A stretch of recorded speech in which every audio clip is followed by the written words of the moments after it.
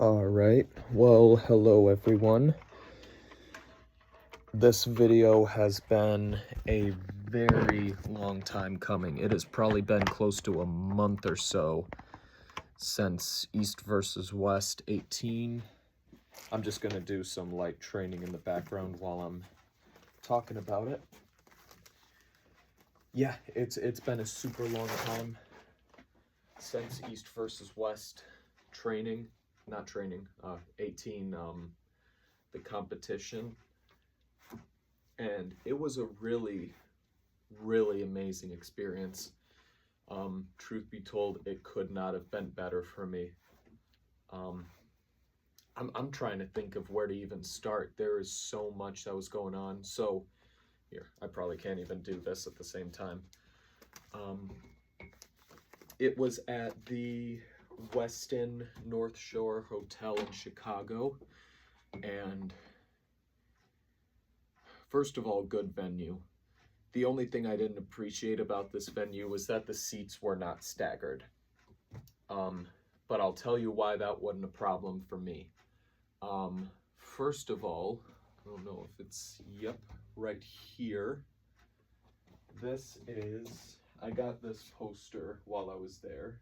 It's all of the world champions, but long story short, bronze medal. I competed East versus West 18 in the tournament amateur, and I will talk about that momentarily. So first of all, I get there after what was a very good drive. I felt good, I felt confident, because that night, I got in Friday, that night was going to be competition. Got in, there was like a wedding or something happening, and this was the day before, so just a full lobby. Checking in, I see Joseph Moranto coming out of the Starbucks and going up to his room. So in that moment, it kind of hit me like, if you don't know, I'm a super big fan of arm wrestling. A super big fan. These are guys I've been watching pretty much every day or every week for the past year and a half. I've been super involved. I've loved the sport, and now I'm seeing these people in person. It was so cool. So cool. So I set stuff up in my room, came down on the wing of the hotel where the competition was. It was a big competition room. First person I saw was Travis. Travis Bagent was setting up some stuff. Immediately, I flagged him down and was just like, "Hey, Mr. Bagent, can I get a picture?" And immediately, yeah, I just gotta set this stuff off to the side and then I'll come take a picture with you. So just immediately. And I was with, this is where I met a guy named Jake, and he was also a very big fan of arm wrestling. This was very surreal for the both of us, because these were guys we've been looking up to for a long time. And suddenly they're right in front of us, and we get to take pictures and meet them. So, yep, after Travis was done setting up, I took a picture with him. I think I've posted that on my channel. I made a post with a bunch of the different athletes I got pictures with. Now, first of all, I didn't think I would get pictures with any of the athletes, because I watched Devin Larrett's live stream a little bit before, and he said the chances of us being able to get in contact with all the athletes without a VIP pass or anything like that are somewhat slim. So I took that with a grain of salt, and I was just like, okay, I may not get any pictures, but that's okay. So first person I get was Travis. I got Neil Pickup as he was coming out of the competition room. They're all setting up for the press conference that was happening later that day. So awesome. Gosh, who else? I met pretty much everyone on the lineup. Minus a couple people here and there. The only one I didn't catch that I wanted to was Morzov, But long story short, I got in contact with Alex Kardetcha, Devin Larratt, Matt Mask, Paul Lynn, all sorts of people, Levon, Hermes, Wagner, everyone. So many athletes I got pictures with and I was able to meet in person. It was amazing. Press conference went okay. Being able to see that in person was really cool for me, just sitting back and relaxing and watching that stuff go down in person was a really, really cool experience. Surprisingly, not many people there for the press conference, but you know, that's all right. After the press conference, I went around the side of the venue to weigh in for competition. If you didn't know, looking on my channel before, I have a couple other videos where about a week prior to East versus West competition day, I decided I was going to cut from 178 to 171. And I have never tried to cut weight before. I have only ever throughout my entire life tried to gain weight. And that is always a struggle for me. I'll tell you something, it's been almost a month since competition. I still, without clothing or anything on, I weigh 170.8. I can't gain weight unless I force feed myself. It's really difficult for me to gain weight. So to lose weight, I wasn't very confident. But I cut my diet down, eating twice a day, relatively healthy foods, nothing deep fried or no pizza, nothing like that, obviously. But honestly, it ended up being really, really cool. I was able to make weight, barely though. And technically I didn't. Because I show up, they're supposed to subtract 3 pounds for clothing and whatever else is on. I was trying to make 171. I weighed, I think, 173.4 or something like that. I was 0.4 pounds off weight. So in all technicality, I was supposed to only go up to the 186. And I didn't want to do that because the 186 guys, when competition time came, they were really strong. So I did not want to go up, but immediately, Bart Wood was the guy taking care of me. It was super cool to be able to get in touch with that guy, just meet a legendary referee in the sport who's been around for as long as anyone has for the sport. It was really, really cool. And I made weight. The competition, the tournament happened in the back of the competition room, opposite where the stage was. I show up, there's so many people. During the competition, I saw Jocelyn Bryson. I didn't expect to see her, but she just kind of walked by and I look over like, my gosh, that's Jocelyn. Like, just randomly there. Met Henry Nearing. That was super cool because he's super down to earth and I don't think he understands how big and important he is in the sport right now. He's a great, very involved fan. I loved meeting him, talking with him. He almost hurt me beforehand. We kind of gripped up and I was just like, yeah, you competing, Henry? And he's like, nope. No, but he held out his hand to try to feel where I was at because I was competing. And I was able to resist him really good, but like suddenly my wrist started screaming. And I was like, oh crap, there's no way. Because I've had wrist trouble in the past. So if Henry had just put me up and made me not able to compete that day, I would have been very upset. But of course not against him, but kind of against myself for getting injured needlessly. But yeah, I began competing. I did left and right. And long story short, left arm, I didn't do very good.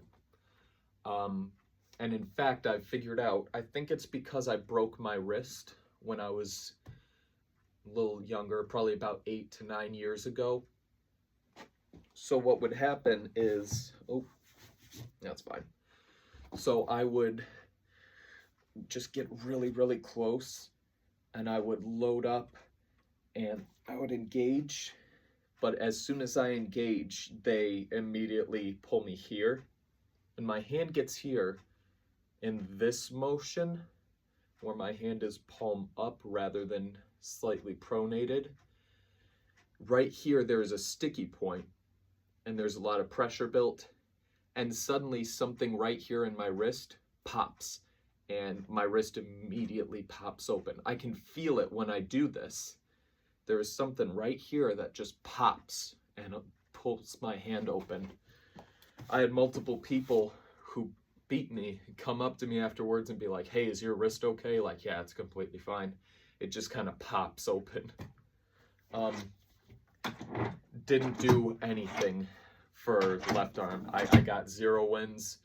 The format was, it is 1 round, and whoever wins that round gets another match. You get 2 losses, and after 2 losses, you're done. So I lost twice. Stronger guys, my left isn't that good, so it was just cool to try to use the left. Right arm is where I was feeling really confident. Was able to go up against somebody from my club.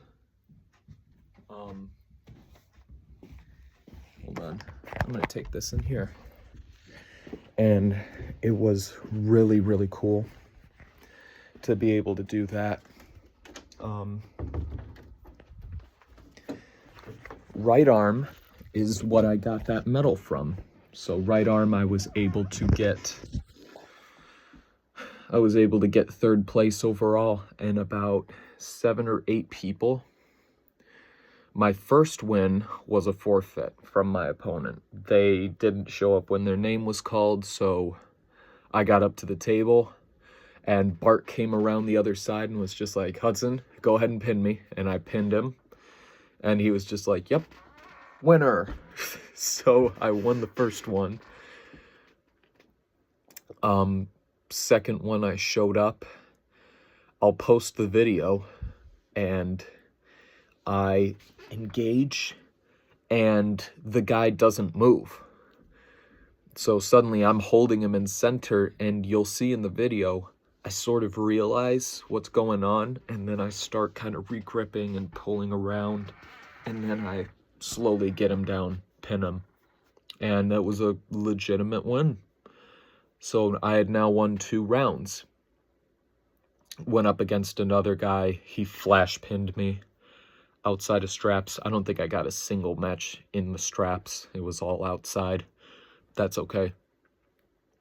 Because I don't know how to slip either. I'm going to figure that out for competitions later on. But then I went up against somebody from my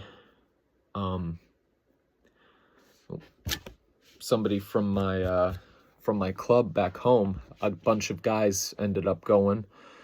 I pulled him, and yeah, he takes control of the thumb. He just immediately slowly pinned me, said I did a great job. I felt no resistance. He was much better than me that day. So, yep, the competition ends, and I'm just like, yep, I had fun.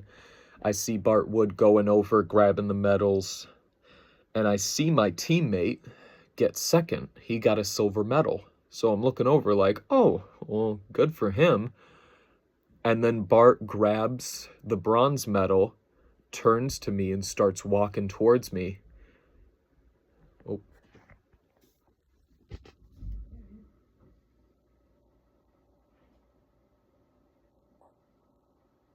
Hold on a second.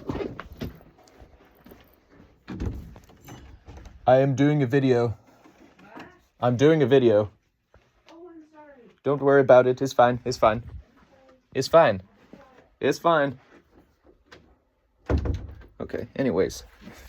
But yeah, he walks up to me with the medal, and I'm just like, what, me?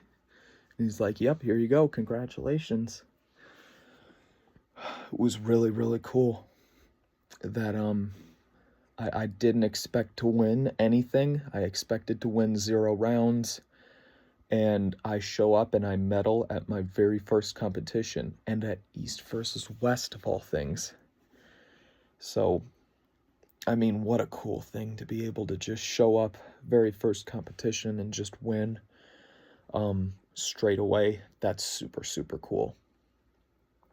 So that was amazing. And following morning, wake up, and I go downstairs into the lobby where the restaurant is for breakfast, and I sit down at a booth, and in front of me, Neil Pickup, Travis Bagent, and 2 or 3 of the refs all sit together in the table literally 5 feet in front of me, like just right in front of me, and they're all talking with one another. I'm sitting there like, oh my gosh, that's crazy. And I realize as I'm leaving, everyone is sitting in that restaurant, which was crazy. I had Michael Todd sitting directly behind me. I took a picture even because his head was like right here, and I'm just sitting there going, that's crazy. Matt was sitting next to him at some point. Morozov was sitting in a corner. Paul Lynn and his wife were sitting a couple tables in front of me. So cool. Just being able to sit in a restaurant, minding my own business, and here comes every one of the athletes, and they just sit around me. Like, wow. That's really cool. So afterwards, I've eaten. I'm ready for the competition, the actual competition, the event. Let me pull things up, and I want to calculate how well I did for predictions. So now I'll actually get into reviewing the actual East versus West event now that I've gotten through my experience. Now here's the other thing. I bought silver. So the way it goes is general admission, silver, gold, VIP. And if you may know, VIP tickets are $1,700. Crazy expensive. My team got gold, I got silver, because I bought my ticket before any of them did, so I wasn't able to coordinate with them so we could all sit together. That was on me. I was okay. But yeah, that ended up happening. But as I'm showing up, the guy I met before, Jake, I had spent a lot of time with him. We had watched each other and gave each other pointers while we were competing the night before. We had spent a lot of time together talking arm wrestling and everything, and it was super cool hanging out with him. And apparently, VIP members can bring one other person with them to the VIP section, and he decided he wanted to bring me. So I got to sit, and you'll see I made a post, you'll see I was able to sit literally 15 yards from the actual competition table. I was 3 rows back from the stage. I was right there. So yeah, my silver ticket just out the window. I have the $1,700 seat. Just because I hung out with this guy. So I was so grateful to him to be able to do that. This was so cool. We were right next to where the athletes would walk up to get to the stage. We were right in front of the stage. It was really, really cool. Hold on. East versus West 18. Let me take a look here.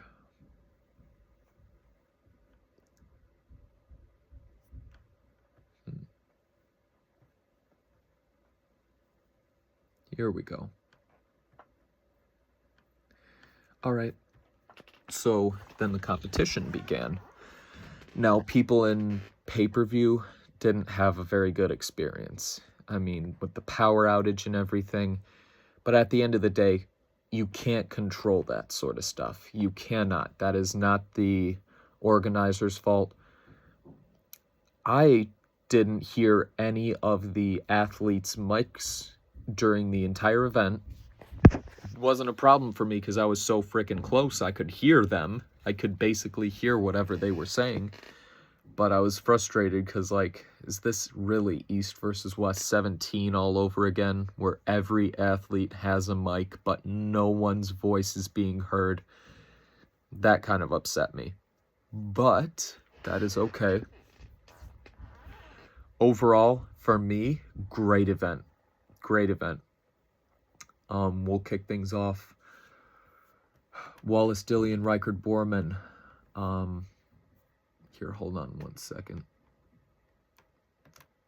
Prediction. Yep. Here, I will have up my predictions and each of the matches. So, the first match, Wallace Dilly versus Reichard Borman. Let me see. I think I predicted 3-1 in favor of Wallace. I think that's what I ended up with.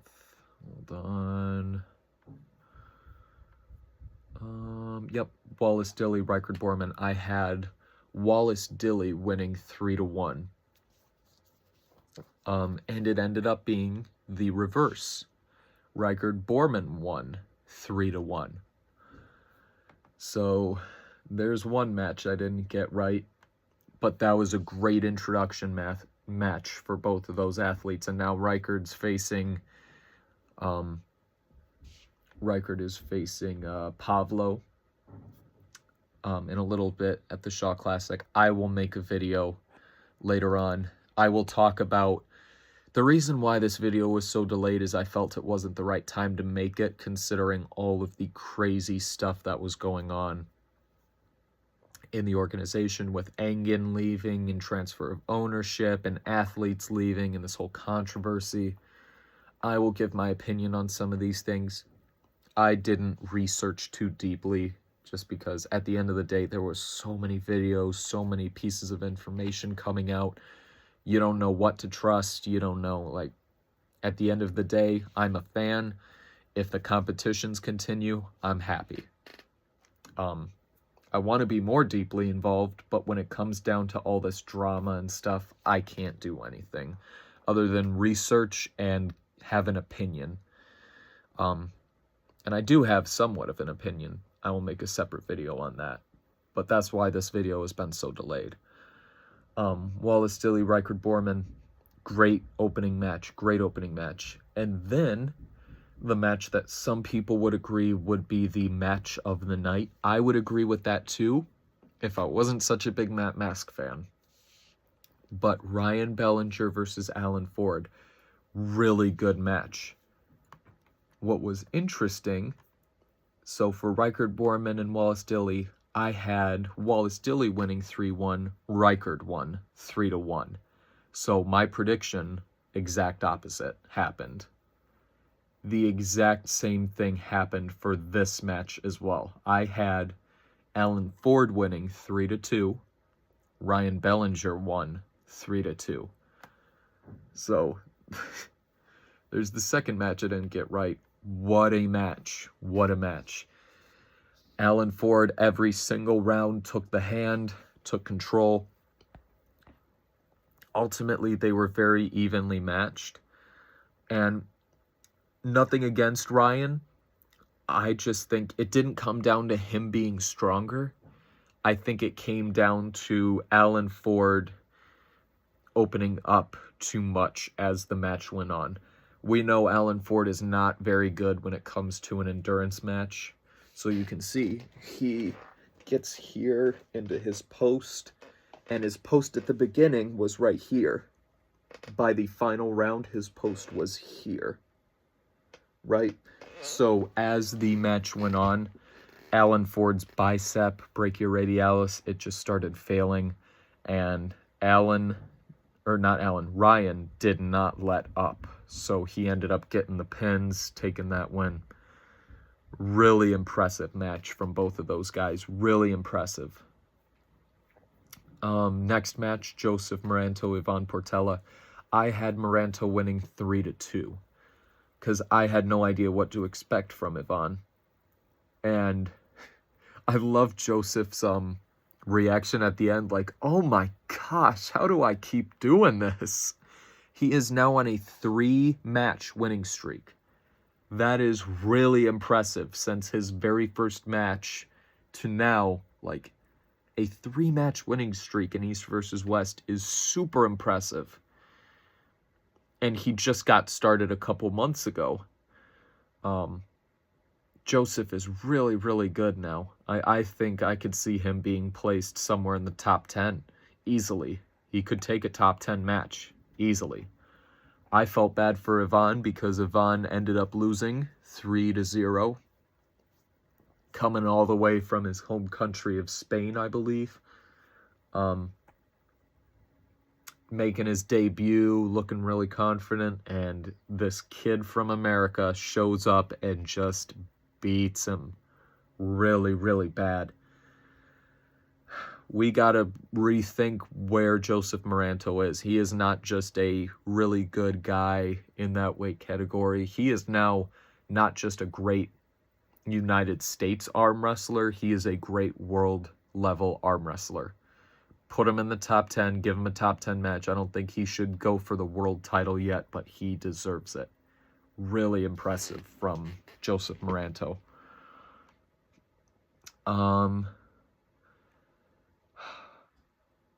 I think the next match was Devin Larratt versus Alex Krdecha, if I'm not mistaken. No.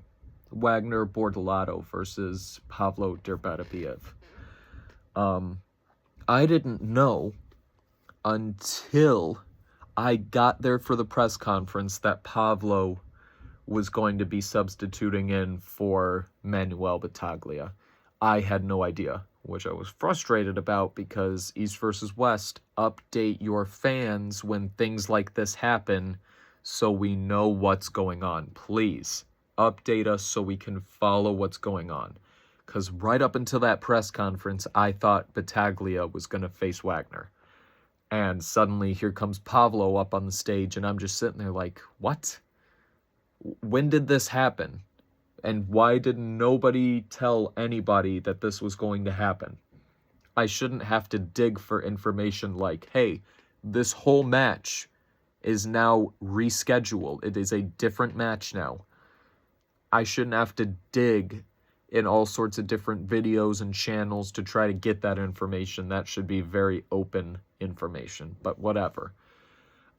Even seeing that Pavlo was going to be Wagner's opponent, I still would have had Wagner the same as I had him against Battaglia, 3-0 in favor of Wagner. And Pavlo beat Wagner really impressively. And that was such an interesting match because, I mean, Wagner's really strong, but I don't think he's tight and reformed enough. He kind of just lunges in wherever he wants and tries to make it work out.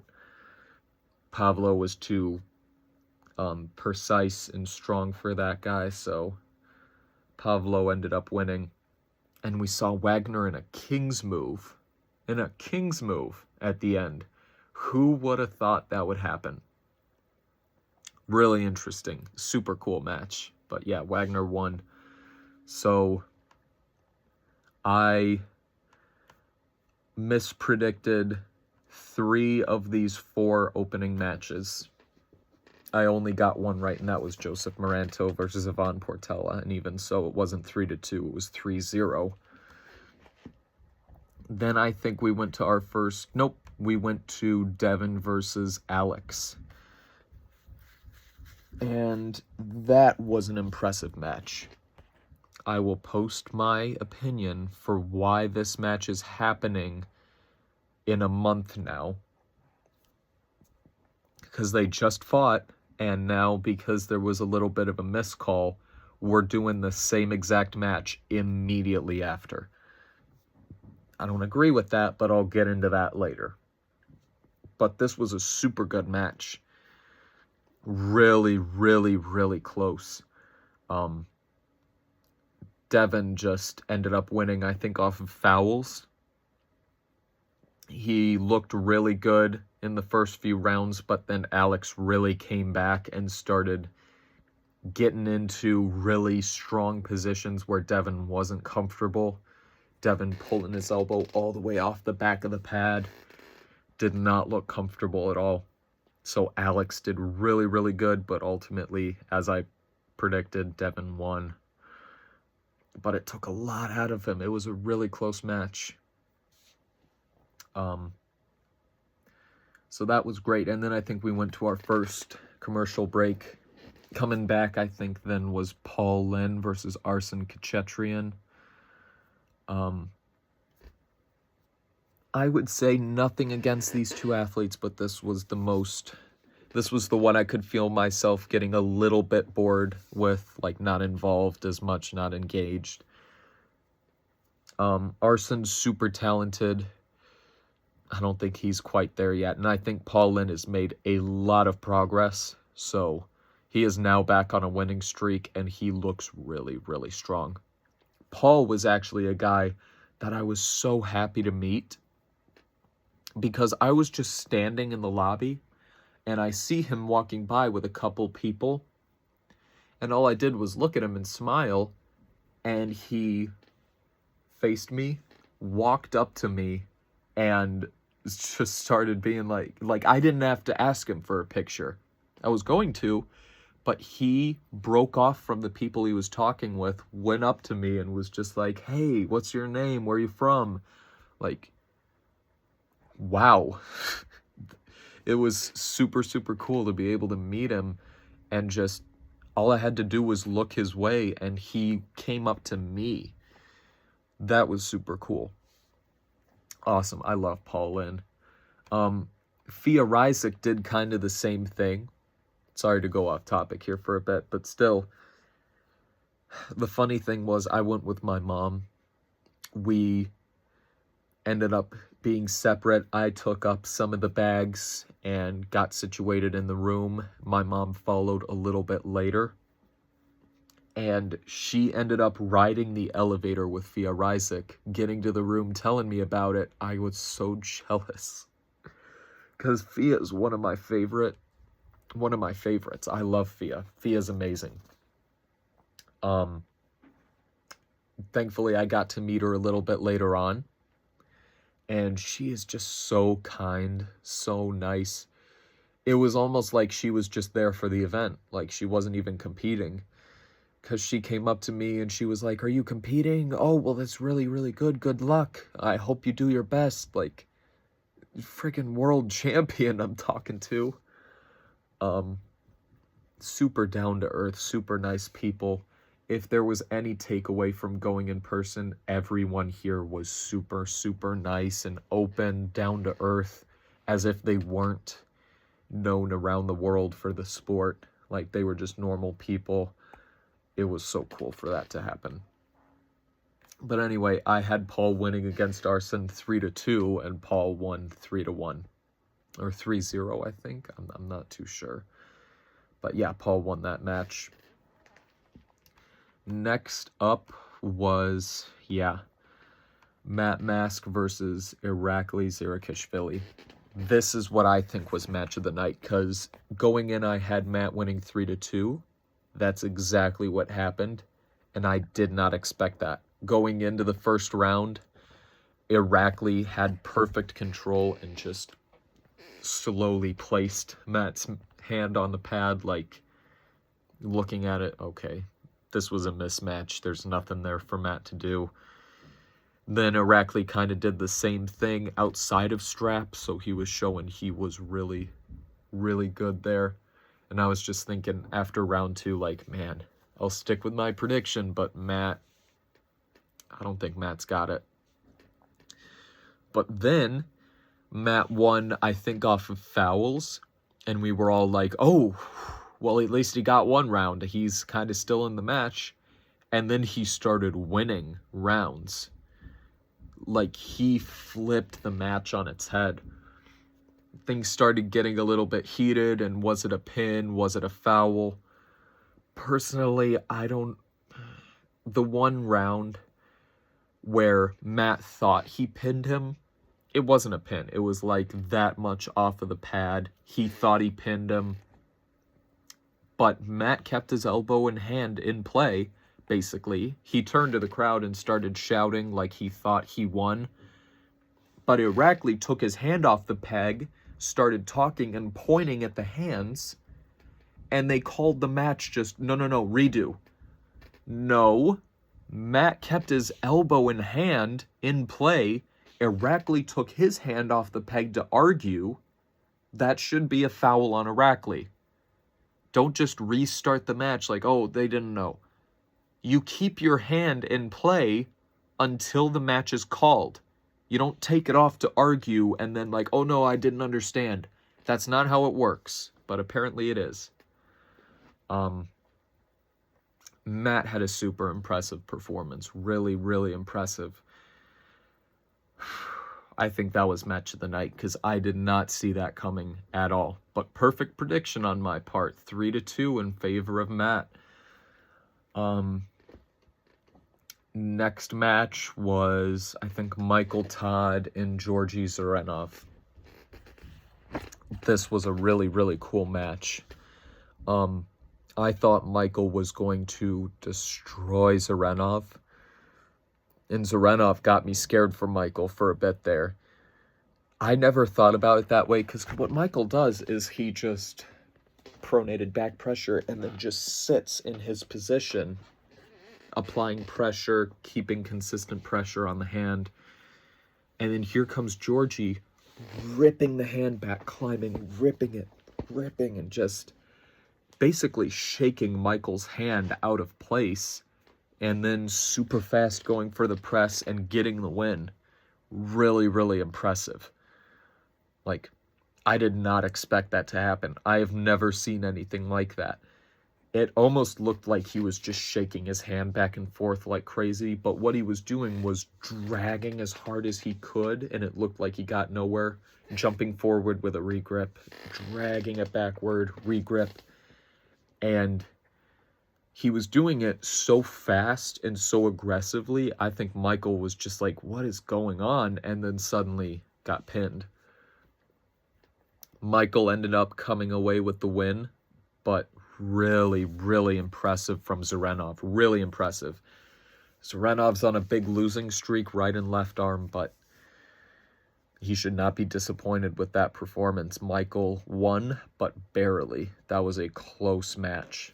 Really close. Then I think we took another commercial break, and this is when the power outage happened. Apparently the commercials didn't even show for pay-per-view, or there was no audio or something. Maybe that was because of poor management of the electronics and everything, or that was because of the power outage. Either way,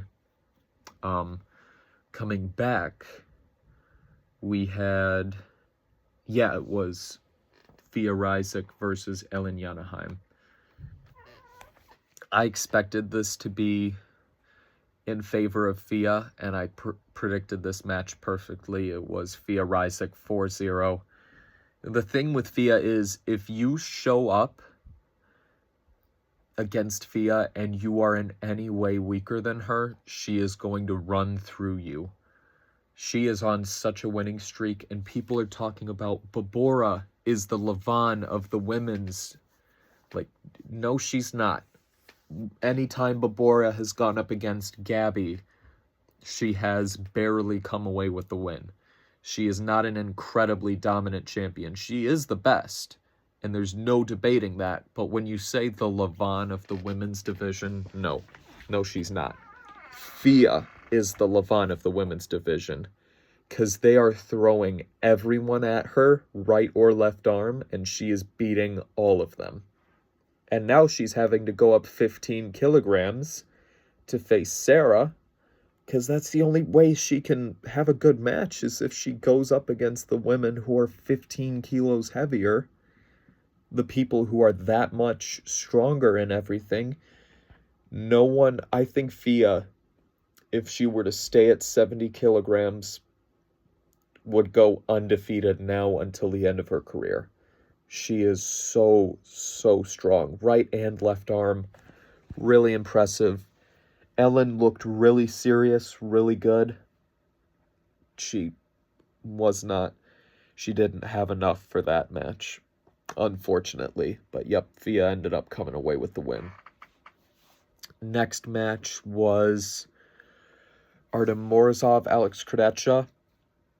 I predicted this one very well, because the way I was looking at this, if you look at, everyone was looking at Morozov and Krejci's left-handed match from East versus West 11, like, oh, this is what it's going to be like. I was thinking to myself, no, it is not. Every time we have seen Morozov come back for the next competition, he has always been stronger than his previous form. He makes so much progress, and I personally think in a year or two, if he continues to make the progress at the rate he is now, he will be on the level of Hermes. And then just that much further down the road, he could be a challenger for Levan. Do I think he's a challenger now? No, Levan will rip through Morozov right now, but he is making progress so fast, and he is still so young. He's doing incredibly. I think right now he is probably the best as far as how much progress he's making, how involved he is. He is the most active guy in East versus West history. He's more active than Devin. More active than Devin Larratt, which is so impressive. So yeah, people were thinking it was going to be a close match. I was like, whenever I've seen Morozov enter into a competition, he always brings a better form than his previous one. He did. He showed up and he dominantly beat Alex Krejci. People were saying that would have been completely different if Alex hadn't faced Devin earlier. I don't think so. I think that is an excuse. And, you know, people are now saying, like, well, they need to have a rematch to make it for real, where both of them are rested and everything. No, they don't, because Alex voluntarily took that match. You can't just say, well, this happened, so it wasn't completely fair. It was absolutely fair. And I don't think Alex being well rested and well prepared and having not had a match before this one, I think it would have turned out relatively the same. Maybe a little bit more stoppage from Alex, but I don't see Morozov losing. I think he showed up a lot stronger than Alex. And I think that was evident. Whether you want to blame it on Alex having faced Devin before, whatever you want to do, but that is not what happened. Morozov showed up better. And then the final match, I don't know why I gave Hermes a round. I was thinking to myself, like, yeah, Hermes has a much better chance now than he did before. No. Because people treated this match like Hermes was making all this progress and was getting so much stronger, and they were acting like Levan was going to show up the same exact form he was last time. And I think that's arrogant. Levan is still the world champion. He knows how to arm wrestle. He knows how to make progress. Don't underestimate him just because he's going up against somebody who gave him trouble 2 years ago. Was it 2? Either 2 or 3. It's been a long time since their last match.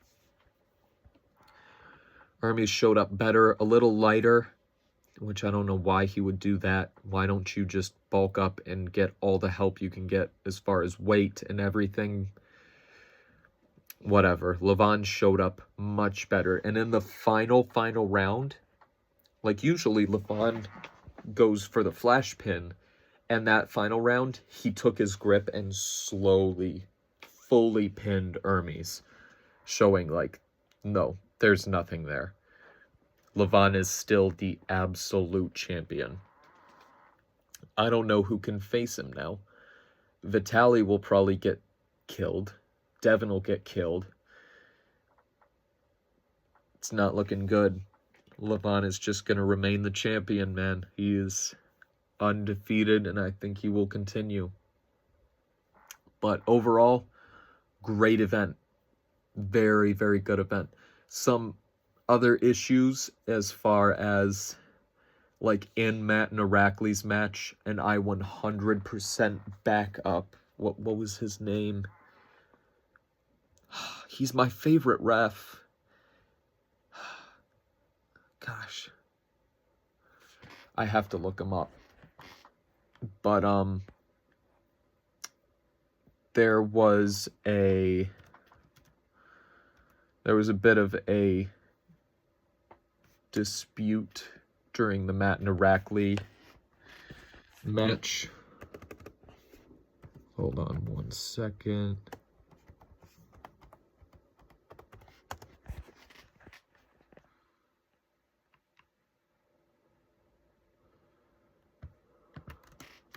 Hold on.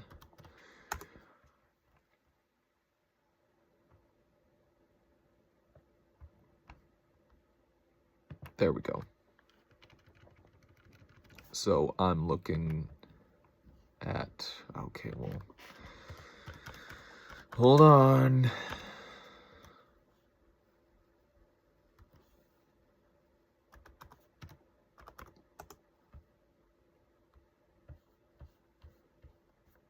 Why isn't it coming up? Okay, that makes no sense.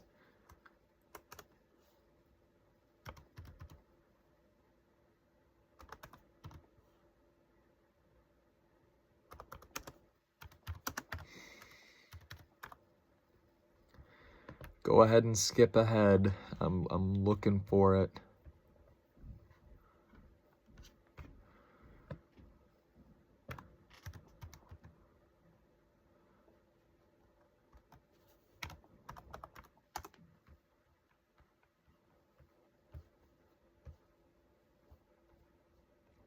Okay. I should be able to find it here in a second.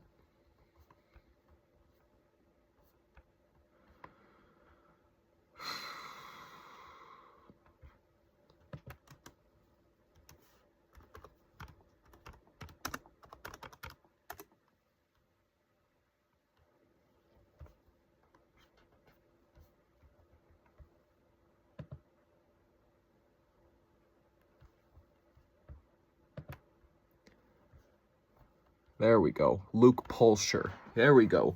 After all that time I was wasting there. But this... Hold on. Why? Here it is. Let me see. Trying to make it... There we go.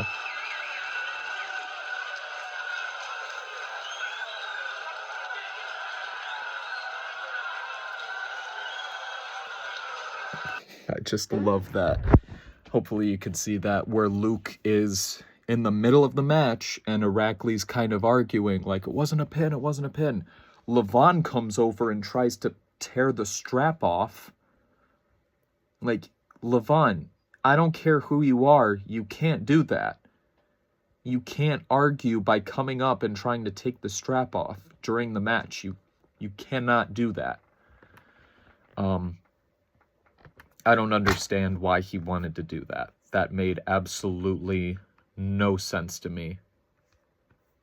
But yeah, good on Luke Pulsher for pretty much kicking him out, because you cannot do that during a match.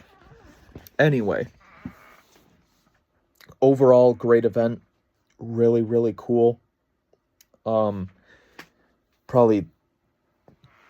I don't think if I even do go to another event, I don't think I'll have as good an experience as that was. That was so much better than I ever could have wanted it to be. Really, really cool experience. This is a very long video, but that is pretty much everything that happened at East versus West 18 going in person. Really, really cool. Here, I'll also show you. Nothing too crazy, but I have my competition shirt. It ended up arriving way late, but who cares? It was a super cool event. I will make another video talking about what's going on in the Shot Classic, giving a bit of my opinion on what's going on with Engen and everything that's going on.